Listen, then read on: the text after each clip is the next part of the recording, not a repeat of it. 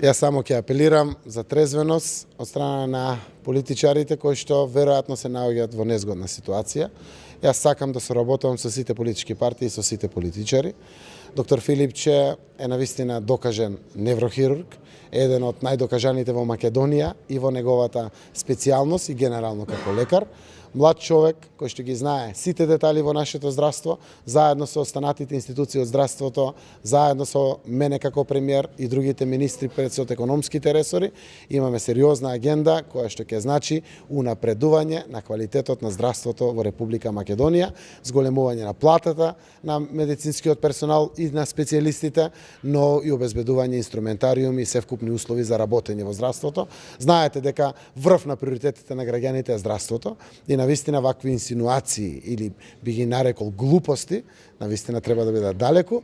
Верувам дека сите сме со позитивна мисла да донесеме нов квалитетив кој што ќе го почувствуваат на крајот на денот граѓаните. Јас сум убеден дека Министерството на чело со доктор Венко Филипче ќе покаже одлични резултати кои што ќе ги почувствуваат сите граѓани во Македонија. Тогашниот министер Арбен Таравари, сегашен градоначалник на Гостивар, ниту извести за намерата, ниту разговараше за намерата, едноставно објави дека одлучил да се кандидира за градоначалник на Гостивар.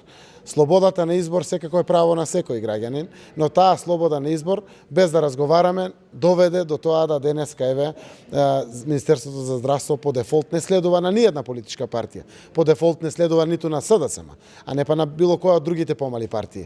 Знаете дека секогаш императив при составување на влада е квалитетот на кадрите кои што се нудат. Секогаш постои отворена дебата и од квалитетниот постои поквалитетен, но секогаш треба да се водиме од она што значи одговорност пред граѓаните. Се работи за сериозни институции. Министерството за здравство е една од најважните институции во државата, заради тоа што допира буквално до сите семејства во Македонија. И од тука многу е логично недавањето подршка која што Алијанса го направи за доктор Венко Филипче, тие со тоа најавија дека заминуваат од владата. Јас останувам само со намерата дека ќе можеме да продолжиме да соработуваме за она што значи реформи и законот за јазици, ратификацијата на договорот со Бугарија, двотретинските закони кои што доаѓаат во Македонија, одговорноста за унапредување на севкупниот квалитет на живот во Македонија е на сите. Како ќе се однесуваме одговорно, така и граѓаните ќе не ценат на следни избори. Вице-премиерот Ангјушев е повикан од коморите како економски министер, буквално практичар да биде вграден овде и да помага на економските прашања. Јас сум демократа човек, ги почитувам буквално сите размислувања, сите дебати.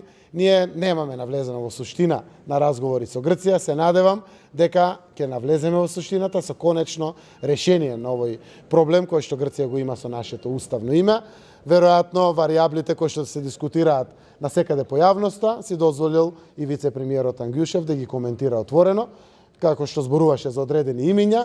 Треба да знаат граѓаните дека ќе бидеме транспарентни во процесот, но досега она што е разговарано во посредништво на Метју Нимиц е решителноста на двете страни да навлезат суштински во решавањето на проблемот со името кој што Грција го има.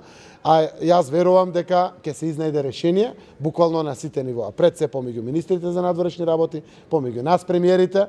2018 првото полугодие е навистина одличен период, конечно да најдеме решение на овој проблем и Македонија да исчекори напред. Да добиеме датум за преговори и да официализираме автоматската покана од НАТО за полноправно членство на Македонија во НАТО. Тоа е здраво за Македонија. Не ни требаат нови диктатори и некои кои што апсолутно владее во државата. Тенкото мнозинство беше потврдено и при формирањето на владата. Тоа мнозинство и сега се држи на некои 61 до 65 пратеници, се зависи од нивната определба, во зависи на точката на дневен ред или слично, но на крајот на денот тоа е демократија. Јас сум растеретен човек. Мнозинството додека постои, владата постои. Кога ќе нема мнозинство, секако се прегрупираат во обиди политичарите, политичките партии во ново мнозинство, ако не се оформи, избори не ни бегат. Она што е важно за бизнисмените, за граѓаните да знаат дека јас како мандатор, како премиер и како предводник на најголемата политичка партија не планирам 2018 година да има избори. 2018 година е година во која што треба да одработиме, да почувствуваат граѓаните, ние ветивме живот за сите, животот се појавува, го чувствуваат граѓаните, слободата е насекаде, но мораме економските параметри да ги дигнеме, секое семејство да почувствува економски квалитет на живот, заради тоа што Тоа се и со право очекувања на сите граѓани на Македонија. 2019 е следниот период на избори, тоа се претседателските избори, до тогаш навистина треба сите да се посветиме, без разлика дали сме власт или опозиција, да одработиме за граѓаните. Јас сум со искуство долги години градоначалник и ја знам одговорноста и на градоначалникот и на советниците во Советот на општините. Градоначалниците од редовите на Социјалдемократскиот сојуз не известуваат нас како раководство, но како влада апсолутно немаат ниту обврска, ниту потреба таа работа. Како лидер на партија да, ги следам информациите, знам дека се сака да се преземе управувањето и одговорноста заради тоа што е пренесено од граѓаните, сака да покажат резултат, правото на поставување на ВД е законско право. Очекувам да веднаш се организираат постапките по пат на јавни конкурси, за да на транспарентен начин кандидираат кандидати кои што согласно законските услови би ги исполнувале за да можат да преземат и тие лично одговорност. Законот за административни службеници е веќе во собранието и тоа е на дебата. Јас верувам дека до крајот на годината ќе се отвори.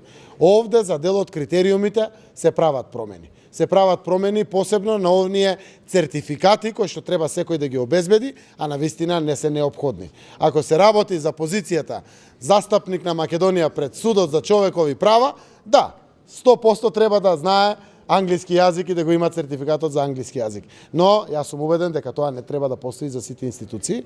Таму каде што тоа е потребно, е потребно. Деталите ќе ги прашате надлежните министерства. Законот го носиме во една транспарентна постапка, вклучени се буквално сите синдикати внатре, вклучени се коморите, за сите синдикати, за сите решенија кои што се предлагаат по законот.